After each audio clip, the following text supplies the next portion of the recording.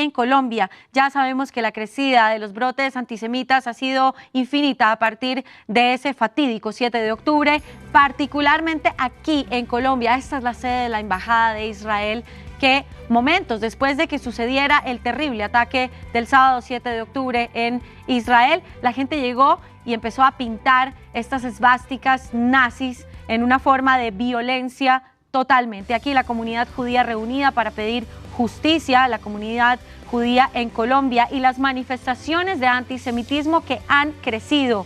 Han pintado grafitis alusivos a los nazis en la embajada, en los monumentos. Hay ya amenazas de bomba en 2 sinagogas de la capital de la República y mucho más, que se ha visto también porque ha crecido el discurso de odio por parte de algunos integrantes del sector periodístico. Algunos mandatarios también han hecho que el discurso de odio en contra del pueblo de Israel crezca aquí, lamentablemente en Colombia, que siempre ha sido un país que ha sido tan estrechamente relacionado con Israel. Tenemos a nuestro siguiente invitado, él es Michael Rosenthal, internacionalista, miembro de la comunidad judía en Colombia. Michael, te doy la más cordial bienvenida a estas pantallas. Es un gusto tenerte con nosotros en DNews y hablemos de esto que está sucediendo en Colombia, que jamás había tenido esta actitud para con el pueblo judío. Bienvenido. Muchas gracias por tenerme aquí, Estefanía. Y claro, no toca entenderlo de Colombia como un hecho aislado, sino como un auge del antisemitismo a nivel global. Hemos visto hechos terribles, quemas de sinagogas, el pogrom de Dagestán que pasó hace 2 días y parece que a la gente ya no le importa. Y tampoco es un hecho aislado en la historia de Colombia. Recordemos que en Colombia durante el nazismo también hubo una disparada en el antisemitismo, incluso con sinagogas rotas durante los 40 y los 50, con la prohibición de la migración judía durante el holocausto nazi, y el mismo Laureano Gómez impulsando un plebiscito para que fueran los judíos expulsados de Colombia. Entonces, este triste episodio de la historia también nos toca a nosotros. Hay algo, y es muchos jóvenes participando en este discurso de odio por el tema de las redes sociales. Sabemos que se ve mucha información en las redes sociales, desinformación, y sobre todo es muy fácil digerir solamente un pedazo de la información. La gente generalmente, quizás por ignorancia o porque le falta un poco de contexto histórico, se conecta con un tipo de discurso de odio que ni siquiera sabe de dónde está fundamentado. ¿Cómo analizas este tema del fenómeno en los jóvenes? Claro, es un mal manejo de redes, porque a veces no entendemos que el mismo algoritmo de las redes lo que busca es alimentarnos el contenido que constantemente recibimos, y vemos muchísima información en redes sociales que culmina en ataques contra la comunidad judía en todo el mundo. Entonces, todo el debate alrededor del sionismo, de los semitas, de los házaros, de que es un ashkenazí, un montón de conceptos complejos, la gente los intenta simplificar por redes como Twitter, como Instagram, como TikTok, y todo eso termina en violencia contra quienes realmente tienen la capacidad de explicar y aportar a este debate. Entonces, la misma naturaleza de las redes que a veces no entendemos y no consumimos de manera responsable, y simplemente seguimos alimentando a quienes desinforman activamente. Claro, y entonces aquí entra a jugar también otro tipo de ingrediente, y es, bueno, la empatía que genera la gente que está alrededor de la comunidad judía. Tú eres miembro de la comunidad judía. ¿Cómo te ha ido desde ese fatídico 7 de octubre? ¿Cómo han vivido ustedes eso aquí en Colombia?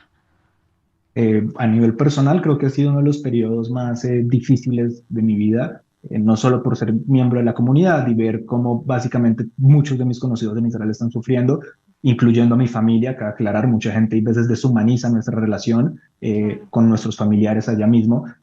Pero lo que se ha visto en Colombia es incalculable, y simplemente rompe el corazón saber que después de tanta pedagogía, de tanta educación sobre estos temas, se vuelva a ver ataques muy similares a los que vimos en el auge de la Alemania nazi, de casas pintadas, de negocios vandalizados, de amenazas contra las sinagogas. Entonces, da un poco de decepción, pero tenemos que seguir luchando por el bienestar de todas las minorías en este país, incluyendo la comunidad judía. Claro que sí. ¿Cómo está tu familia en Israel? Bien, digamos que ellos no viven cerca de la Franja de Gaza, pero reitero, muchas veces tampoco hay empatía sobre el sufrimiento que sufre un israelí común, porque no ven sus ciudades bombardeadas como se ve Gaza. Pero básicamente mis hermanos han tenido que trasladarse casi a diario a búnkeres, explicarle a bebés de 4 años, incluso menores, qué tienen que hacer cuando suena una alarma, que es una realidad del día a día. Entonces, por más de que haya cierta costumbre a esta situación, porque no es la primera escalada de violencia en Gaza, de pronto, creo que la más violenta sin duda alguna, más no la primera, existe mucho estrés alrededor que la gente simplemente ignora porque el foco está puesto en Gaza naturalmente. Y por último, para cerrar, ¿qué opinas de la posición que ha tomado el gobierno nacional? Esto lo digo como internacionalista y como miembro de la comunidad judía, me parece una vergüenza la manera en la que se ha abordado. Es más que legítimo hacer críticas a la política del Estado de Israel, a Netanyahu, etcétera, pero lo que hemos visto por parte del gobierno no tiene precedente. Una política exterior manejada por medio de Twitter, no existe cancillería, se utilizan conceptos que tienen un antecedente histórico gravísimo. Hablar de los banqueros del mundo, del sionismo internacional, por parte de una cuenta que representa al Estado colombiano, es un tema que da vergüenza ajena y que claramente está instigando al odio, así la gente no lo quiera ver, Así es. porque en Colombia hemos tenido, que yo tenga confirmados, 11 incidentes directos contra la comunidad judía de Colombia en menos de un mes. Eso es más de lo que habíamos visto en 2, 3 años previamente.